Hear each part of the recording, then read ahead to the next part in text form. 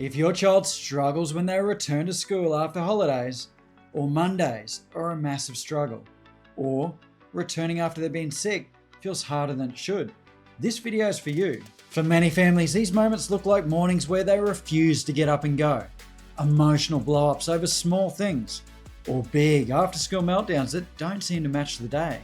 And it's easy to have thoughts like, they've done this before. This isn't new to them. Why is this still so hard? But here's the reframe that changes everything. This isn't a behavior problem, it's a transition problem. Let's start with the biggest transition, returning to school after holidays. During the breaks, everything softens. Sleep shifts, structure drops, demands reduce. Everything feels a little bit more flexible. And that's okay. Having a break really matters. But returning to school asks children to go from low demand to high demand really quickly. Focus, social awareness, rules, noise, expectations, emotional control. For some kids, especially those that are anxious or neurodiverse, that jump feels enormous. So when the first few days or weeks start to feel rocky, it's not because they forgot how to cope. It's because their nervous system hasn't caught up yet. And Mondays, it's just the same pattern, just the same transition on a smaller scale. The weekends usually mean later nights, more screens, less routine, more choice.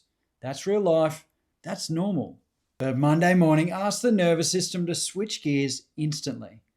On top of that, many kids carry quiet anticipation stress into Sunday afternoon, worrying about friends, teachers, mistakes, or getting in trouble. So by the time Monday arrives, they're already running on low. That's why Mondays often fall apart before they even begin. If your child's been sick and they've been away from school for some time, this again is the same pattern. Even if the illness was mild, being home usually means more rest, more comfort, less pressure, more support. Returning to school removes all those buffers all at once. Parents will often say things like, they were fine at home. Why can't they just return to school? Here's where things get misunderstood.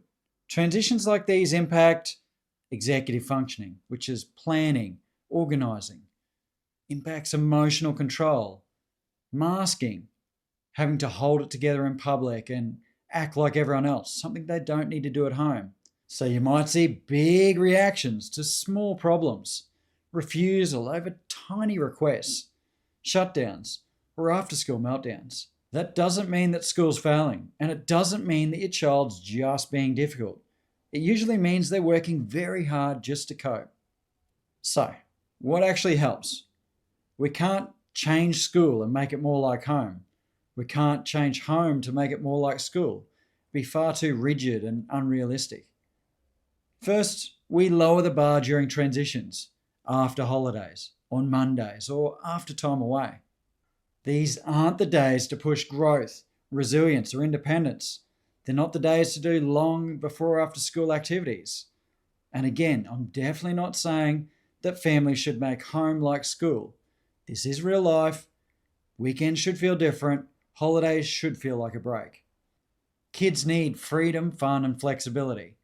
But for some children, especially those that are anxious or neurodiverse, the ones that feel like they need the consistency, completely losing all anchors can make returning to school much harder. Sleep's one of the biggest ones.